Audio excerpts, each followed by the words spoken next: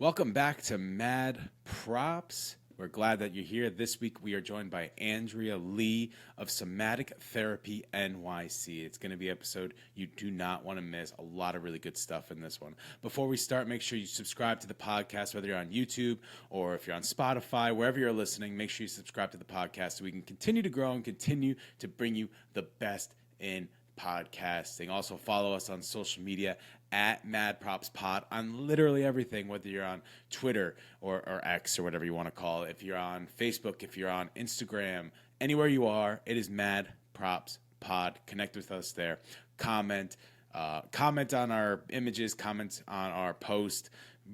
You can even argue with us for all I care. Do something. Interact with us. We want to hear from you at Mad Props Pod, wherever you get your social media. So do all that. You can also check us out on our new website, schnabelstudios.com. If you want to find us specifically at Mad Props, it is schnabelstudios.com/ guess what it is? Mad Props Pod. You can find a bunch of the podcasts there. You can find the social media links. You can find the YouTube there. You can find some articles that are being written. Every episode comes with an article. So if you want to read about it before you listen to it, go to schnabelstudios.com/ madpropspod, and it'll be there waiting for you so you can see if you actually want to listen to us or not. I think you should, and if you're listening now, then it means you already listened. So just keep listening, man. Just keep listening. Before we get started, I want to talk about, and if you've seen the Instagram post already, you'll know where this is going. It's going to be quick. It's going to be brief. We're going to try to change the format a little bit of Mad Props. What does this mean? Are people freaking out? No. Nothing big is changing, all right? Literally, we're changing this format so that there could be more solo episodes and more episodes brought to you overall. That's the big change of all this. I'm going to try to bring on someone else. They're going to help me produce. They may even jump on the mic with me a little bit, and we're going to be able to do different things. Like I'm going to tell stories about when I was working a certain event, or when I went to a certain event, or something crazy that happened during a filming, something crazy that happened during a podcast, how I got XYZ to join the podcast, how I got XYZ to join a film, things like that. That's all going to be coming to Mad Props. Instead of just interviews, instead of just guests, it's going to be a lot more. I kind of think of it more like how Bill Simmons runs his podcast, where he kind of has a theme around it, but he brings on everybody. I mean, I saw him bring on sports guests like former quarterbacks and NBA players. He brought Austin Rivers and Doc Rivers and all of them. And then I've also seen him bring on somebody that talks about extending the life expectancy in dogs in the future. And that's kind of what we want to do here as well. So there'll be more coming up on that as we get more into that. It won't be happening right away. It won't be happening in this episode, but it will be happening. So we really hope that you enjoy the stuff that's coming out. It's really just so we can make more episodes, make more social media posts, make more content overall for everybody that likes us. And I hope you like us because we like you. So that's coming soon. Mad Props, you want to learn more about it, go ahead to schnabelstudios.com/ madprops or head to our social media to see the full video of what I was talking about there. Okay, now that I talked your ear off, now that I just went through, let's get to the episode and let's get to it. Let's get to the episode. Let's get to Andria. Let's get to everything. This is Mad Props.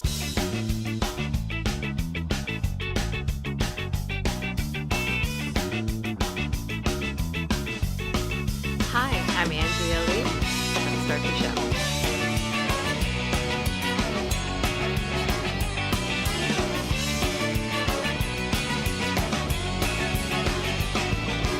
Andria, thank you for joining us. Thank you for being here. We really appreciate being here. Talk a little about what you do and talk a little bit about life. We're going to just kind of have a conversation, see where it goes. But thank you for joining us today. How are you doing?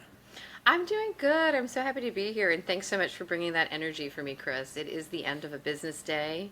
And I'm really looking forward to having a little bit of time to speak outside of the model of the listener and the facilitator. So I'm very happy to be here right now. And you've been kind of going on the tour, right? You were saying a little off camera. You've been doing a lot of podcasts and kind of promoting yourself and going. So is it getting to the point where you're kind of getting robotic on these, or definitely not? Podcasts? Oh, definitely. It is never. They're never the same. I really love talking. I love connecting. I love human exchanges. I mean, obviously, with my chosen profession, having conversations, talking, getting curious, and respecting other perspectives is my passion. I've always really admired podcasts. So having such different hosts and having such different experiences has been a joy. Well, I can't wait for this podcast to get out there and we be number one on the list. Like, yeah, we did a ton of them, but that was number one. That was number one on the list. Chris is the best. We're the best. Yeah, hey, we're number 11 on Good Pods right now. Just so everybody knows, go listen on Good Pods, number 11. Congratulations. We keep dropping every day. We started at like number 2, and then we're like number 8, and now we're number 11. So we're not going in the right direction, but we're still there. We're still there. We were in the 15. top 3. We were in the top. We were in the top 3. That's We were top commendable. 3. And you know, I'm looking Yeah. at your background, and it is not surprising how you've gamified some of this. Like, we're the best, and I can tell that you definitely are a clear gamer. Oh God, is that Mike Tyson knockout? It is Mike Tyson knockout. It's my favorite possession. So most of the stuff, I just gotta say, this is funny. I feel like the last 6 episodes, it started off with me talking about my background because it's just like it's just an interesting talking point and stuff like that. So my background for people listening is a bunch of comics, and you can see it on our Instagram page, Mad Props Pod, or our Twitter if you want. But it's a bunch of stuff from comics I really enjoy to things I was given by guests. The only one that wasn't, obviously, is Mike Tyson. I won that in a silent auction. I just put my name down. I was the first one to put there. It was less than it sells for, and no one else bid on it. So I got it for a good price, and now it hangs behind me because I love it. It's Mike Tyson Punch-Out, signed by Mike Tyson. What an incredible possession. That is absolutely incredible. Really good. Yes, it's unbelievable. But the rest of the stuff behind me, it was given to me by former guests. There's a Jason Page card back there. There's also Matt Sheldon card signed by him that's over my left shoulder. The Squirtle was given to me by Rachel on Twitch, who's a graphic designer, and she designs video games, but she also streams on Twitch and stuff like that. I would say a couple of my favorites. I think one might be out of screen right now, but off to my right is a sketch of My Girlfriend and I by Scott Koblish. It's us as Deadpool, drawn by the guy that draws Deadpool. So it's like really cool. Yeah, he was a guest on the podcast. And well, once we're done recording, you're gonna have to move your camera for me because that sounds really awesome. I will. I can. Let's see if I can get it moved now. So that's it right there. That's My Girlfriend and I by Scott Koblish. And again, anybody listening, go on our social media. You can check this out. We'll make sure that's all posted. But that is, like, I love that possession because, like, I love Deadpool. He draws Deadpool. Scott's a great dude. I'm trying to get him to come back on soon, or at least on Sketching Up, our other podcast. And then over my left shoulder, that is a comic strip of Star versus the Forces of Evil by Darren Nefsey, another former guest. That is from Darren Nefsey, signed by Darren Nefsey. Says, thanks for having us on the show. Has a little sketch of Star in the corner as well. And so cool. Some stuff's from former guests, some stuff's just comics I really like. That's why there's so much Spider-Man, Deadpool, Mario behind me. So that's how I built my background. I've had different backgrounds in different areas I've lived, and when I got here, this is what I wanted.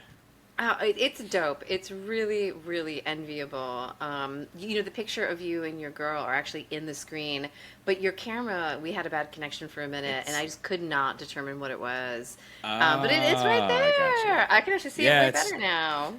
I try to keep it like in the shot a little bit, but it usually gets cut out because it's off to the side. I might rearrange some stuff. There's room to rearrange. It's great. But for now, that's how it's all awesome. set up.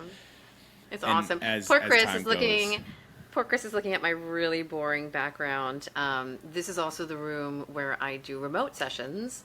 So, we try, I think in any profession where you are connecting with someone, to not be overtly dominating their visual field with your own personality when the session is really, hopefully, mostly about them.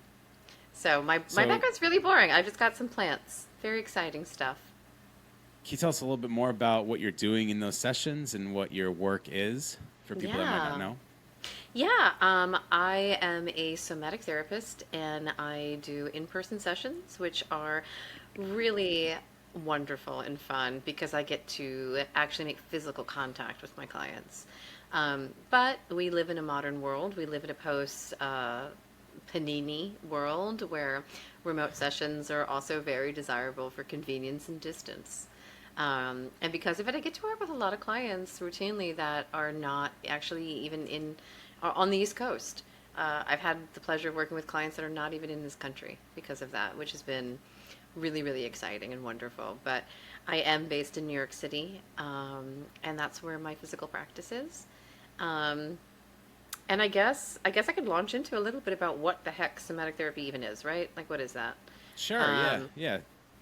I don't think Educate Chris. us. Yeah, I don't think Chris really knows what it is, and I think that there is a little bit of mystery around it. Somatic therapy is basically a therapeutic approach where we are bridging the mind with the felt experience. And the felt experience happens in your body. You don't feel heartbroken in your mind. You don't feel sick to your stomach in your mind. You don't feel butterflies in your mind. And when people are going through emotional experiences of anxiety and fear, it's such an embodied experience, such as joy and love. It's so in the body that in this therapeutic approach, we're actually going to that as a resource for, and I'm going to define this really quick. Wisdom is just knowledge that we don't know. We're really going to the wisdom of these emotional experiences and expressions to learn more about ourselves so that we can live as who and how we want to be. So is it more like, I want to see if I'm saying this right, neurologically, or is it more of like put it into the mind so the body can feel it type of thing? It's almost like say it into existence or push it into existence, like make your mind feel it so your body will follow after type of thing. No, it's actually the opposite, where we're going to the felt sense and saying, okay, well, what's going on in your system?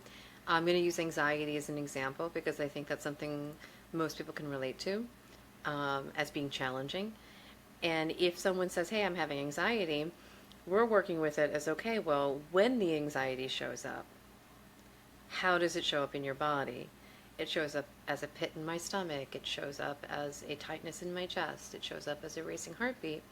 So we actually go to those physical locations and bring the client into attuning with those physical sensations with that. And here's a perspective shift, that part of themselves. We're taking anxiety and treating it as though it is a part of that person. And our bodies are designed for safety and protection, first and foremost, all of the time. And your body doesn't differentiate between something physical, like stubbing your toe, or something emotional, like being rejected, or feeling that familiar compare and despair that can happen in modern times. Your body does not give a crap where it's coming from. All it knows is that it feels bad. And it's sending this information throughout your nervous system into your brain, and they're working on a feedback loop called interoception. It's our ability to sense what we're feeling and for our feelings to communicate with our knowing minds so that something can happen. In that feedback loop, sometimes, especially in traditional psychodynamic approaches, we get stuck in the thinking model. But I don't know about you, but I've never been able to think my way out of panic. I've never been able to think my way out of heartbreak or grief. I've never been able to think my way into joy because these emotions are felt. So we're really going to the felt sense to get that gorgeous wisdom or data or information, if you like, on how the owner of that body, the ego, the mind, I'll use Chris's name here to make it easy. Well, what's Chris's relationship with anxiety? What's Chris's relationship with love? What's Chris's relationship with rejection and insecurity? And how can we improve upon that relationship with these parts of Chris so that he can move throughout the world feeling a lot more in harmony with how he's experiencing these feelings? Most people want to get rid of their anxiety. In my modality, we're not looking to get rid of it as much as we're looking to reconcile the fears so that the anxiety can begin to trust the person like Chris to feel safe and be able to stay within his window of tolerance, which is a nervous system reference, and navigate these in a way that doesn't necessarily need to be so much a 5-alarm fire or reason to panic. It's kind of like family therapy for you, your feelings, and your parts. So, I mean, without giving any free lessons away, how do you find like that? Because I feel like everybody's got to be different, right? Like, there's Oh, no exactly. one No, sense to do it. no. Like, I gave this example to everyone. So I am a part of the big weight loss club. I lost 250 pounds in That's the last amazing. couple of years. I used to be 450 pounds. I'm now 225. It's Chris, big that's difference, big amazing. difference.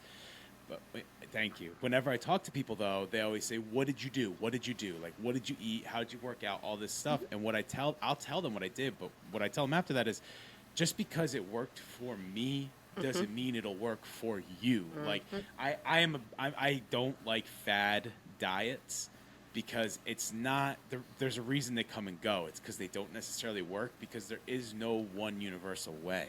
Like seeing a nutritionist is a great idea because they're gonna It's a great figure out idea. something for you. Yeah. But going on a diet because everyone else is doing it, they helped this guy lost 90 pounds. It's like, well, it works for that guy. Doesn't mean it's going to work for you. So I feel like this is like the same thing. So how do you Very find much. how do you find this in this person, and how do you try to help them once you find it? Like, how do you exert that out of them?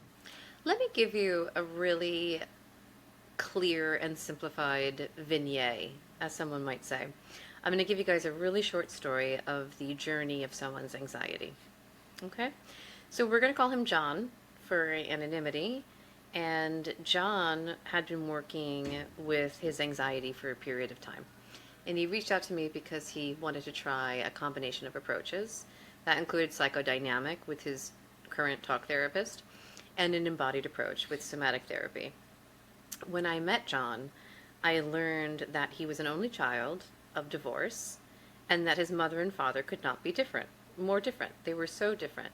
His mother was very type A, very pragmatic, very analytical. His father was Eastern European, very flamboyant, incredibly feeling, and he lived with his mother primarily. His mother started her own business, and because of that, he had a comfortable financial childhood, but she was also very preoccupied and out of the home. He found at a very early age that if he achieved academically or athletically, that there would be celebration and admiration. He would get some time. So I'm going to pause for a second and we're going to step out of the session. We are biologically designed to seek approval and acceptance from our nuclear family for, like I said before, safety and survival. Mm-hmm. If you are rejected from your nuclear primary caregivers, that increases your mortality and morbidity rate exponentially. In modern civilization is a relatively new concept in our evolution. We are pack animals. So as I'm hearing this story, I'm thinking, okay, so love and affection is transactional. Validation is being outsourced. It's being strived for. There's a goal. This little kid now is competing with the world around him to get these crumbs of confirmation that his mother is approving and accepting of him. He goes on to tell me that his father was so emotional that it was embarrassing to a fault because it was so different than his mother. So he started kind of rejecting the idea of emotions. That's also very informative. We're going to jump forward to 3 sessions in our work together. He is fully clothed, laying on a massage table, except for his shoes. I want everybody here to be able to picture that. We're in my room together with the lights dim. I've already guided John into connecting with his felt self by noticing what it feels like to be laying down, what it feels like to perhaps feel anything from vulnerable and apprehensive to excited and curious, and everything in between. We've built enough of the foundation for interoception to take place that we're able to address the anxiety directly. So I ask him to tell me what the anxiety feels like, and he says it feels like a hole in my chest. So I ask his permission to place my hands on his sternum, which is the bone that connects your 2 rib cages in the middle. And I place my hand on his sternum and I ask him to really bring his attention there.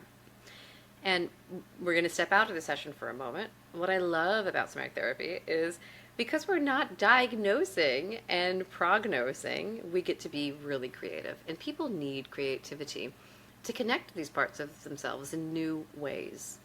So I use similes, analogies, visualizations, lots of creative languaging, and hand gestures can be so incredibly informing. So back into the session, I asked John to connect with the hole in his chest, and I asked him, well, what does it feel like? Does it feel like a pit? Does it feel like an empty well? If you could visualize this hole in your chest, what might it look like? And he said, it looks like a black hole. I said, well, that's really interesting, John, because a black hole's active. That's not a hole. That's passive. It's doing something. How long do you think this black hole has been a part of your system? And he said, forever, which is a common answer that I get, forever, which means as far back as they can kind of remember. They get that sense, that instinct that it's been there for a very long time. Specificities don't matter very much in this when it comes to fact, because we're really going with the feelings. I said, okay, well, John, this black hole that shows up as anxiety, it's doing something. It's pulling things in. What is this black hole pulling in for you? What is it trying to suck in for you? And he said, validation that I'm good enough. I said, okay, validation that you're good enough. And it's been here forever, so I'm kind of picturing this showing up in the chest of a little boy, a little version of you. Does that make sense? And he confirmed it did. I said, what do you think it was sucking in back then? And he said, evidence that I was lovable. So this actually isn't anxiety that we're dealing with. It isn't the anxiety that he's been chasing in psychodynamic therapy at all. It's self-worth. So in that moment, we were able to do exactly what that little kid with a black hole in his chest needed to feel lovable. We were able to reparent that part of John. We were able to validate that John was a sweet, wonderful, interesting little boy, not just academically and athletically successful, that he is a good person. And whatever he tries to do because he cares. And that's enough. Yeah. And that was kind of the reconciliation for him with anxiety. I saw him just one more time for a closeout session, and I know that he was very satisfied, not just because of his communication, but because of his future referrals. I mean, if that's not the best compliment you can get, I don't know what is. But that's just a little example of how going into the felt sensation can really inform the thinking mind. So finding something that deep, like how long for you does that take? Like it's different for everybody. Is it like a couple of sessions? It depends wholly on how ready the client is, and I want to be really clear here, not how ready they think they are. Because that's, in my experience, that's been horse shit. I have a lot of clients that are like, oh, I'm so in touch with my body. I do bouldering. I do yoga. I'm a dancer.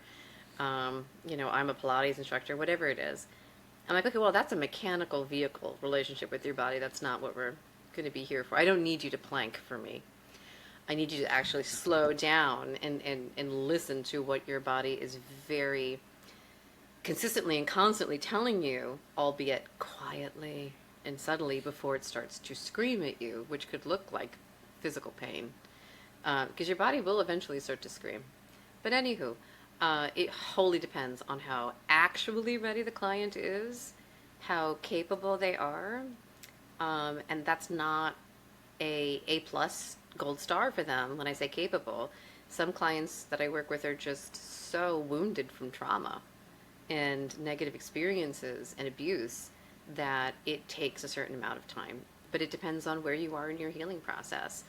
But the short answer is, the quicker that I can know you and the quicker that you can self-actualize into this relationship with yourself, the faster this can go. So I work with clients anywhere between that client, John, was 5 sessions, but most of my clients are 12, 25, and I have many that have been with me for years simply because they like the work and they enjoy the connection. I don't work with people every week. I don't think it's necessary. I don't work with mental illness. There's no need to see you every week. I like to work with clients twice a month. I think every other week is perfectly effective, and it also keeps the accountability on the owner of that body to actually remember the sessions and do the work that they purport that they want to do. Do you think everyone should do therapy when they get a little older? Do you think everyone, even people that don't necessarily I don't really need believe in that, do blanket it statements. in their eyes?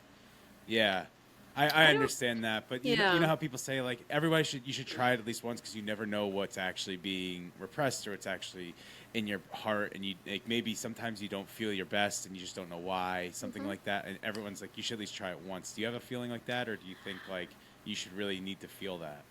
I'll tell you.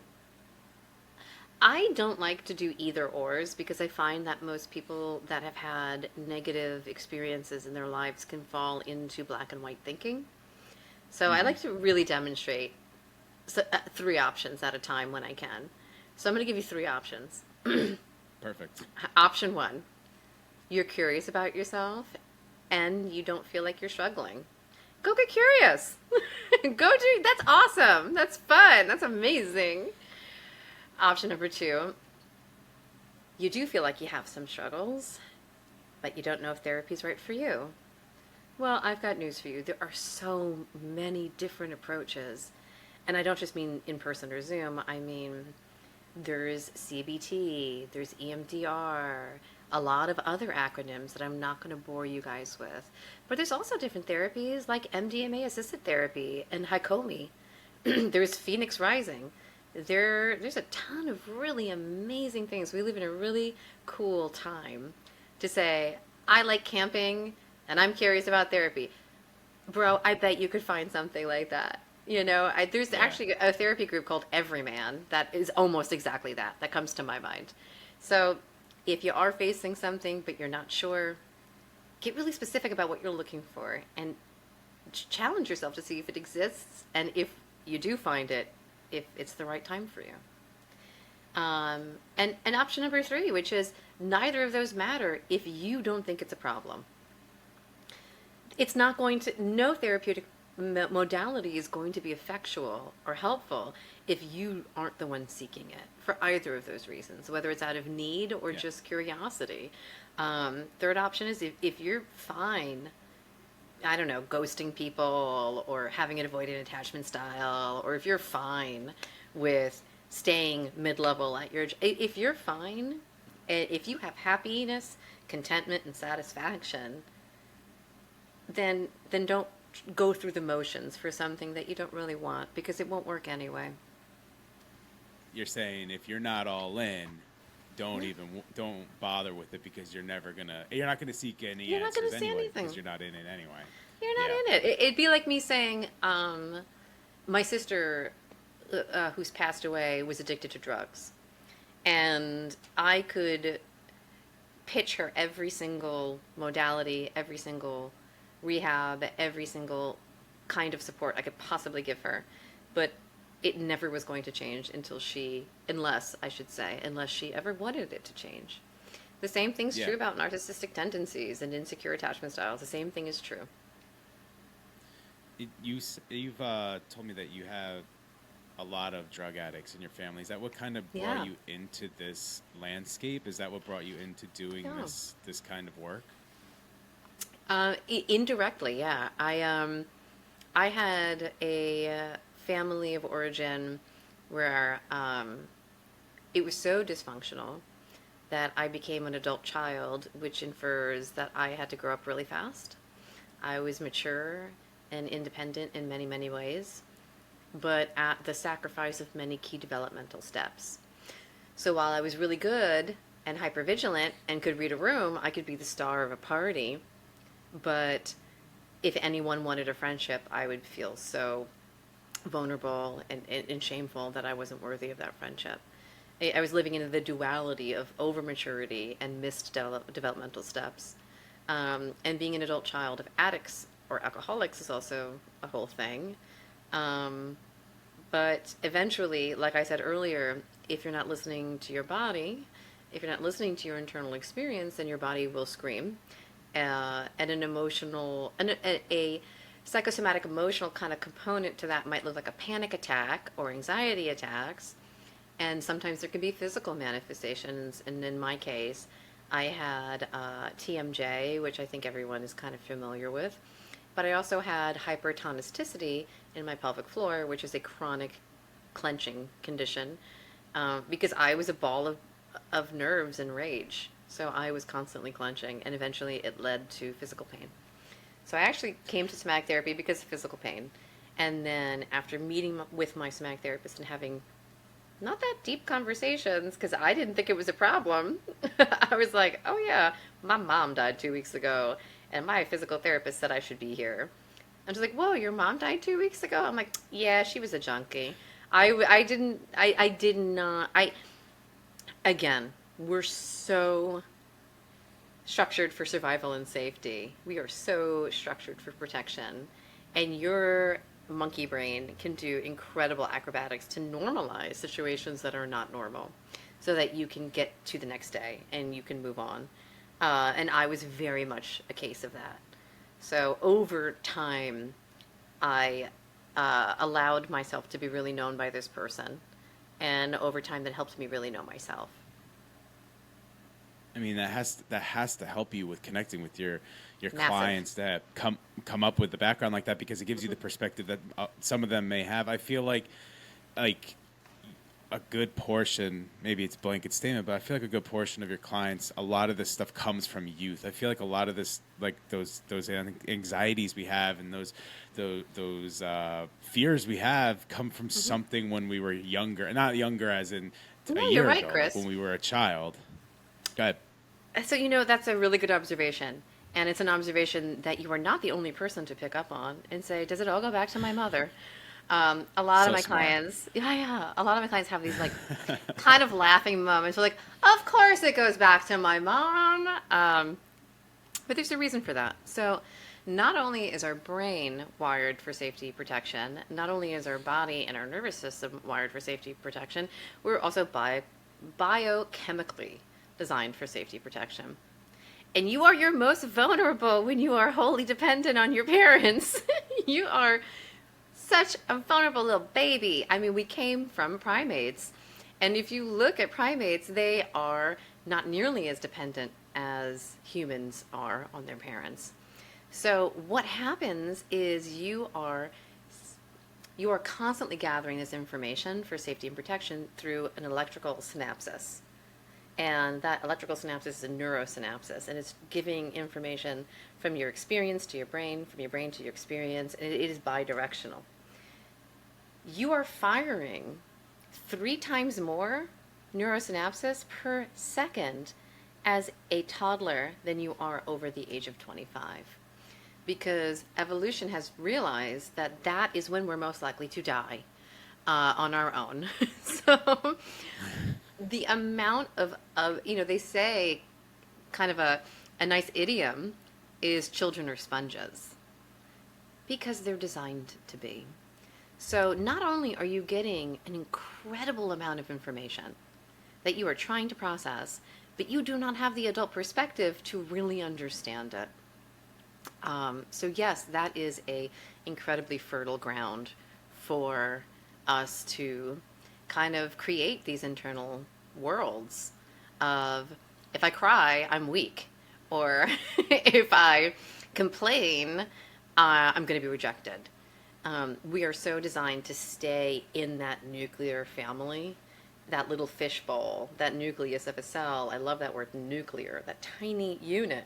We are so designed to stay safely within that, that it is incredible how that can form in an individual over time. It's funny. I laughed for a second when you were starting, because I feel like if we had this conversation 1 week ago, I wouldn't be able to follow this as much. I have been reading a book called Brain on Fire. Have you ever heard of it? I have heard of it. I haven't read it, but I've heard of it. It is very good. My friend Gabby was reading it. I went to visit my friend Chandler, and that's his girlfriend, and she was reading it. She told me about it. I was like, I have to read this book, so she let me borrow it, and I started reading it. And a lot of the stuff you're saying is in the book of Good. all this stuff, because what happened, for people that don't know what Brain on Fire is about, I wish I could remember the author's name, but she was a writer for the Post, and she had this neurological disease that it was very rare. And basically, it was her white blood cells attacked her brain, and like she kind of went psycho and went crazy because her brain was undeveloping, basically. And it was a unbelievably good read. I have about 25 pages left, but but a lot of the stuff you're talking about was in there about like how the brain communicates with itself, and how we learn, basically, is how that is. And like you said, when you're younger and your brain stops developing in your 20s. So like in that whole time before 25. So all that time before, like your brain, as it's still developing, everything it takes in, it keeps there. Overdrive. So when you're younger and big important pieces of life happen, it sticks with you, whether you remember it fully or not. Like there's something there that will always be there, because that is what your brain will always remember, because it was developing so much. It's really lodged in there now, rather than when you're 45 and something happens. Like it's still gonna hurt, and you will still have the same effect. But it's just, when you're younger, it's gonna stick no matter how much you try to forget it, no matter how much you try not to remember it. It'll always stick there because of how much your brain is developing. So like if you heard me let out a chuckle when she started, it's because I was like, wow, if this was 1 week ago, I'd be so lost. But I'm glad. Just perfect timing. Just perfect timing as it goes on. And if you haven't read it, highly, highly recommend it. It is unbelievable how good that book is and how it was put together. I mean, she was a writer, she was a journalist, so it makes sense she was able to put stuff together and put it into a book. Her name is Susanna Cahalan. Susanna Cahalan is what the Google box is telling me. That sounds right. I was looking to see if I had it right here, but it looks like I don't. And I was gonna. Oh wait, is this over here? There we go. Right there. That is the book. Right. And you're right. You're right. That is her name. So. And for anybody listening, there is a movie adaptation, but it has a 13% Rotten Tomato score. So I don't know if I would watch that. I'm not shocked. Check out the book. I'm not shocked. First of all, you should always check out the book. I was someone I was never a reader. I was never a reader when I was young. I was that kid. I was that kid that wouldn't want to read, whatever. But I'm not surprised after reading it that it's not a great movie. It is very tough to make this book into a movie. It's a lot of notes and a lot of like explanations of like second accounts and stuff like that. So I'm not surprised. Yes, it stars Chloe Grace something, the one that played Hit Girl and all that. Yeah, she's awesome. She is awesome. I would see it specifically for her. Yeah, she's awesome. Yes, there you go. Yeah. I would see it just for her because I really enjoy her as an actress. But I'm not surprised the movie didn't do well. But the book was amazing. Definitely go read it. It's been out for a while, I guess. Apparently, I read it's a 10-year anniversary in the beginning. I was like, oh, wow. Never even heard of it until this moment. Yeah. But it is really good. But I want to spring a little bit off of that. Is funny. Thank God for that timing. I do want to spring off a little bit about what you said, though, because it's not just wiring in the mind, though, because these neurosynapses are forming neural pathways together, and these neural pathways are occurring throughout your entire body, and we have these major groupings of neural pathways in our system, the sac around our heart and our gut, our enteric system. The bidirectional feedback loop between our gut and our brain is tremendous, and they're really beginning to understand this in relationship to, they're studying right now depression with gut health, and how there is so much correlation between the two, that they're believing that there are elements of causation between gut health and mental health.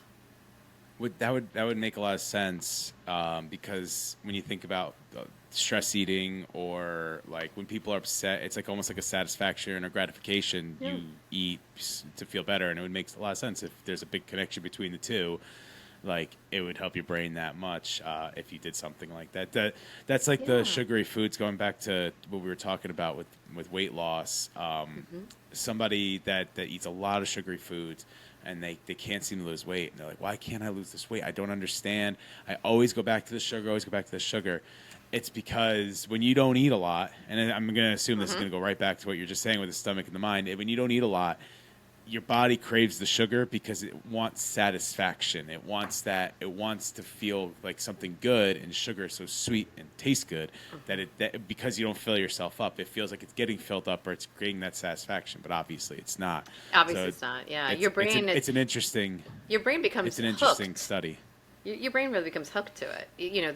There's such a Yeah. serotonin and dopamine response to sugary foods that your brain starts to become so dependent on it that its own faculties of dopamine and serotonin production and excretion actually takes a break and becomes suppressed because it doesn't want to dysregulate your body, and you're eating so much of it in excess that we end up at a deficit, and that makes us crave the food more. And now we're in this addictive kind of cycle with sugar. Sugar is one of the hardest things to Yeah. quit. It is. It's just as addictive as anything else. It's Yeah. crazy how addictive this, and it's not just sugar specifically. It's the processed sugar that gets everybody. Like Yeah. the candies and the cakes and the cookies and all that. They have the processed sugar. It's just Hmm. so addicting. That was a big problem with me. I mean, when I was big, it's not that I ate a ton of junk. I did eat junk. Like, I'm not going to sit here and say I didn't. I was 450 pounds. I obviously ate some junk in my life, but it was more of when I was addicted to it. I would, I would pick Yeah. out this, or if I went to the store, I'd get that candy or I'd get that cookie or something like that. And then the big thing with me was portion sizing, which when I was big, my portions were huge, and now it's been long enough to where my portion's a lot smaller and I get filled up because my stomach has shrank. But that Yeah. was the big thing with it. But sugar it's still big in my life now. Like if I have sugar, it's tough the next day not to have some. It's just addicting. It is. It's very addicting. I'm not a person who eats really large portions. I don't really crave sugar, thank God. I'm definitely more of a savory person. Like, give me Swiss cheese on ham or pickles any day. Um, but if I go to a wedding or after a holiday, I wake up the next day ravenous because your body is now like, oh, well, we just got a huge amount of calories. Let's get as much as we possibly can in store for a rainy day because we're designed for safety and protection and survival. So let's Hmm. store that. Let's store that up. But sugar is its own beast. That's a beast of its own. That's a tough one for sure. It's a tough But one to kick. it's a really tough one to kick.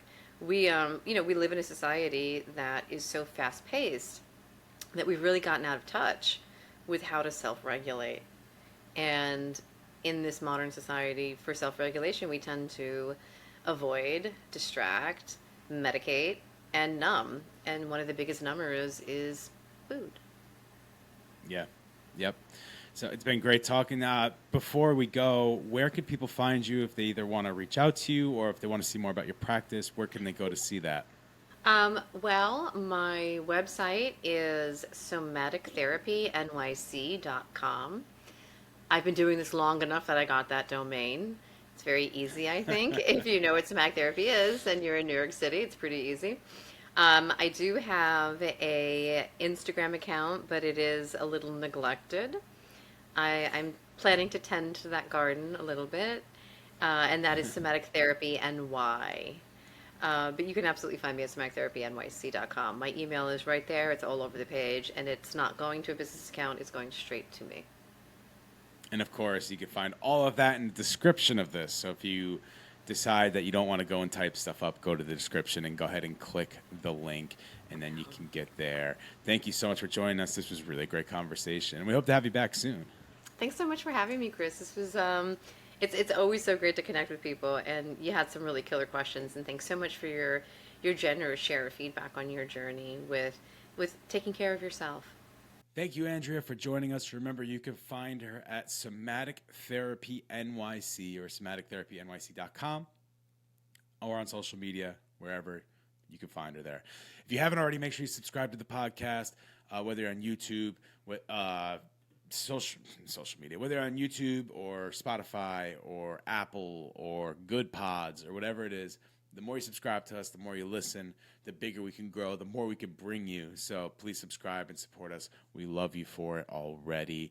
Make sure you follow us on social media at MadPropsPod, whether you're on Instagram, X/Twitter, Facebook, anywhere. That is what we are. We are at MadPropsPod. Go connect with us, talk to me. I'm the one running it, so you get to talk to me specifically, and I want to talk to you. So please go do that. Make sure you follow Schnabel Studios on Instagram and Twitter as well. I actually worked with Jason Page last weekend. Yes, that Jason Page. He's come on the podcast. There's a card of his right there. He is the Pokemon singer, among many other things. I just worked with him this past weekend, so go check out some behind-the-scenes stuff. Go check out some stuff with me and Jason over there. You can also probably see some stuff on Mad Props Pod page, but go check out the stuff I did with Jason. He was awesome. Thanks, Jason, for having me out and doing some stuff with you. Thank you guys so much again. Give us some love in the comments so we know you listened. We know you enjoyed the episode. Remember, subscribe to the podcast wherever you get it, whether it's YouTube, Spotify, Good Pods, wherever you get it. We'll see you next time right here on Mad Props. Peace out.